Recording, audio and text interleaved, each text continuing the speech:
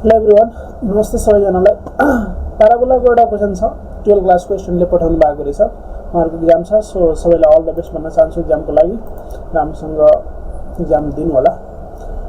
यो क्वेसन हेरौँ। In the figure alongside triangle ABC is inscribed in a parabola y square equals to 4x। यहाँनिर नाम त दिएको छैन फिगरमा, हामी आफै लेख्दिउँ। दिएको रहेछ, यहाँ A छ, यहाँ B छ, यहाँ C छ। ओके, र यो तीनटा पोइन्टलाई x1 y1 x2 y2 र x3 y3 भनिएको छ। र यो प्याराबोलाको इक्वेसन भनेको y square equals to 4x छ। Express all the coordinates of triangle ABC in terms of x coordinates. x कोअर्डिनेटमा लेख्नु पर्यो। सो पहिला A नम्बरमा हेरौँ। A पोइन्ट यदि हेर्छौँ भने यो छ x1, y1 र क्वेसनले भन्दैछ सबैलाई x कोअर्डिनेटको रूपमा लेख भनेर। त्यसो भए हामीले जुन इक्वेसन दिएको छ y square equals to 4x, यहाँबाट y निकाल्यौँ भने √4ax हुन्छ, प्लस माइनस पनि हुन्छ, मैले पोजिटिभ मात्रै लिए र 2√ax लेख्न नि पाइयो। सो हाम्रो यदि कोअर्डिनेट्सलाई x मा लेख्नु पर्यो भने x त x1 नै भयो, तर y1 भनेको के हुन्छ, x को ठाउँमा x1 राख्यौँ भने y1 हुन्छ। द्याट मिन्स 2 टाइम्स √ax1 भयो। सेम तरिकाले b भनेको जुन हाम्रो x2, y2 छ, यसलाई हामीले x2, 2 टाइम्स √ax2 लेख्न पायौँ। किनकि यो तीनटै पोइन्ट्स भनेको प्याराबोलामा पर्दो रहेछ नि त, प्याराबोलाको इक्वेसनलाई सेटिस्फाई गर्नु पर्यो। सो x को ठाउँमा x3 राख्दिउँ, सो y3 को भ्यालु आउँछ हाम्रो y3 भनेको 2√ax3 हुने। तपाईले प्लस माइनस पनि लेख्न पाउनुहुन्छ है।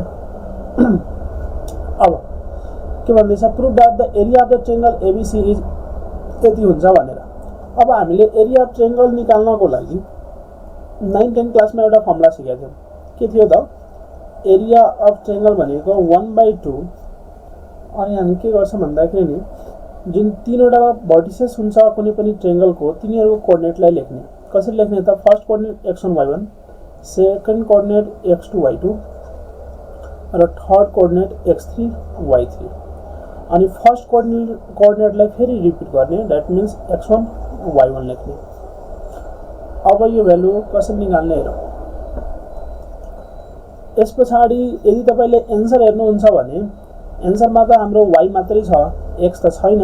द्याट मिन्स हामीले x लाई y मा लेख्नु पर्ने हुन्छ। अहिले जसरी हामीले y लाई x मा लेखेका थियौँ, यो इक्वेसनले युज गरेर, सेम इक्वेसन युज गरेर यदि मैले x निकाल्यो भने यो आउँछ y square by 4a। That means यदि मैले x1 लेख्न खोजे भने यो भइदिन्छ y1 स्क्वायर बाइ 4a।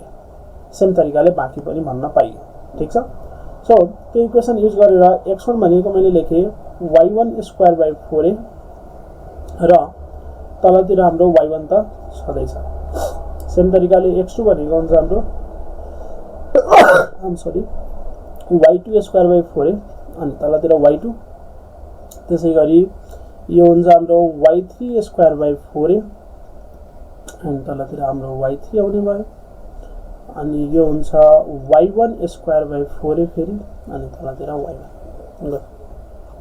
अब यो कसरी सोल्भ गरिन्छ भन्दाखेरि नि यो मल्टिप्लाई हुन्छ र माइनस यो गरिन्छ डिटर्मिनेन्ट लिए जस्तो।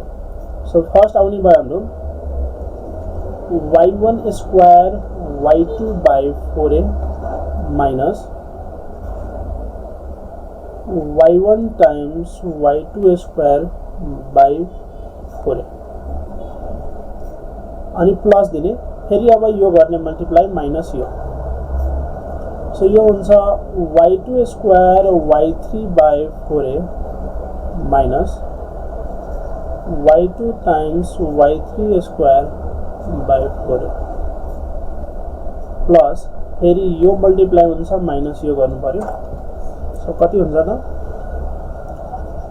y1 times y3 square by 4a minus y1 square times y3 by 4a। अब यहाँनिर सबैमा तपाईँले 4a तलतिर हेर्न सक्नुहुन्छ। सो मैले 4a लाई बाहिर कमन लिन सक्छु, यो आउने भयो। र मोडलसमा किन लेख्दैछु, किनकि एरिया जहिले पोजिटिभ हुन्छ, त्यही भएर मोडलस लेखिरहेको छु है। सो 4a कमन लिइसके पछाडि हामीसँग बाँकी रहने भयो यहाँनिर यो जुन छ हाम्रो y1 square y2 minus y1 y2 को स्क्वायर, यहाँनिर हामीसँग y2 square y3 minus y2 y3 को स्क्वायर, अनि त्यसपछि y1 y3 को square minus y1 square y3। Okay, अब यस पछाडि हेर्नु पर्यो के यहाँनिर सेम कुरा कतैतिर छ, कुनै कुराहरु काट्न मिल्छ त। y1 स्क्वायर y2 मा लाग्छ, कतै पनि छैन, y1 स्क्वायर y2 छैन। सो अब हामीले हेर्नु पर्यो एन्सर के ल्याउनु छ, त्यस्तो बनाउनु पर्छ। हामीलाई तीनवटा फ्याक्टर निकाल्नु छ, y1 y2 y2 y3 र y3 y1। ठीक छ। सो y1 y2 लाई मैले फोकस गरे, कुन दुईटालाई कमन लियौं भने y1 y2 आउँछ। जस्तै यहाँ हेरौं, यहाँनिर मलाई लाग्छ आउँछ y1 र y2 कमन लिनु भयो भने y1 y2 आउने रहेछ। ठीक छ। सो यो दुईटाबाट y1 y2 कमन लियौं, यहाँ आउँछ हाम्रो y1 y2। सेम तरिकाले अरु हेरौं, यहाँनिर y2 को स्क्वायर y3 छ र मलाई चाहिएको छ y1 y2। सो त्यो लिनको लागि मैले के गर्न सकिन्छ भन्दाखेरि y2 को स्क्वायर भनेर अरु ठाउँमा छैन, y3 y2 y3।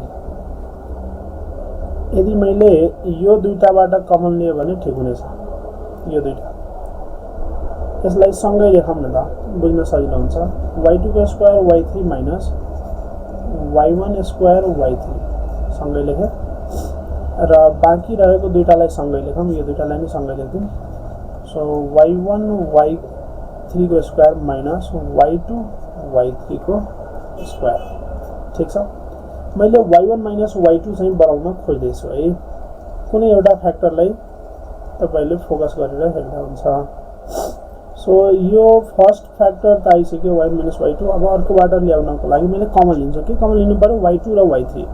y2 y3 common लियौं, y2 y3 आउँदैन, y3 मात्रै आउँछ। र मैले माइनस y3 कमन लिन्छु ताकि बाँकी रहन्छ y1 स्क्वायर माइनस y2 को स्क्वायर। यहाँनिर हेर्नुहुन्छ भने के कमन आउँछ हाम्रो y3 को स्क्वायर कमन आउँछ र बाँकी रहन्छ y1 y2। ठीक छ।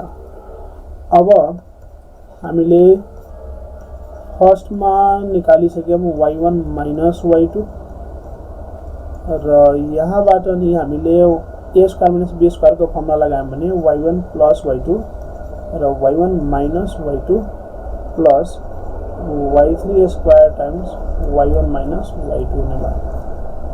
अब यहाँबाट हामीले सबैबाट कमन लिन मिल्यो। के कमन लिन मिल्यो त y1 माइनस y2 र बाँकी रहेको कुरा लेखौं। अब y1 यहाँ बाँकी रह्यो y1 माइनस y2 र यहाँ बाँकी रहन्छ हाम्रो y3 times y1 plus y2 अनि प्लस y3 को स्क्वायर। अब हामीलाई जे ल्याउनु छ त्यस्तो बनाउन सक्नु पर्यो। यसलाई मैले अलि मल्टिप्लाई गरे जस्तो गर्दा नि हुन्छ, अथवा तपाई यतिकै पनि डाइरेक्ट लेख्न सक्नुहुन्छ भने लेख्दा नि भयो, जुन एन्सर ल्याउनु पर्ने। यसलाई मल्टिप्लाई गरे मैले, यो हुन्छ y1 y3 minus y2 y3 अनि प्लस y3 को स्क्वायर। मैले प्रुभ गर्नुपर्ने y2 माइनस y3 र y3 माइनस y1 हो। सो मैले फोकस गरे y2 माइनस y3 लाई र त्यहाँनिर बनाउन कोसिस गर्छु मैले y2 माइनस y3। अब हेरौं त, यो दुईटामा y1 कमन लियौं भने हो ठीक छ, बाँकी रहन्छ हाम्रो y2 माइनस y3। यहाँनिर हाम्रो y3 कमन लियौं भने माइनस y3 कमन लियौं भने यहाँ बाँकी रहन्छ y2 माइनस y3। ठीक छ। अनि यहाँ आउने भयो 1/8 y1 माइनस y2, यहाँ कमन आउँछ y2 माइनस y3 र बाँकी रहन्छ हाम्रो y1 माइनस y3। अब तपाईले लेख्नु पर्ने त y3 माइनस y1 रहेछ। सो ठ्याक्कै मिलेन। के हुन्छ भन्दाखेरि नि मोडुलस भित्र x छ भने तपाई यसलाई माइनस x लेखे नि फरक पर्दैन, किनकि यसको मोडुलस आखिरमा त प्लसै हुने हो हैन। मतलब माइनस बाहिर निस्केर त प्लसै भइदिन्छ नि त। त्यही भएर हामीले यसलाई y1 माइनस y3 बाट एउटा माइनस कमन लिए जस्तो गरौँ र त्यो माइनस कमन लियौं भने के भइदियो त हाम्रो यो भइदिन्छ y3 माइनस y1 मैले के गरेको हो यहाँ माइनस कमन लिएको खासमा र नेक्स्ट स्टेपमा त्यो माइनस भनेको प्लस भयो के बुझ्नुभयो होला ठीक छ एरिया भनेको नेगेटिभ हुँदैन सो जेसुकै भए पनि एरिया हाम्रो पोजिटिभ आउनु पर्यो ओके सो यति हुने भयो आशा छ तपाईहरुले बुझ्नुभयो होला अनि अरु केही डाउटहरु छ भने तपाईहरुले कमेन्ट सेक्सनमा राख्न सक्नुहुन्छ अथवा हाम्रो नम्बरमा अथवा फेसबुकमा मेसेज गर्न सक्नुहुन्छ thank you have a good day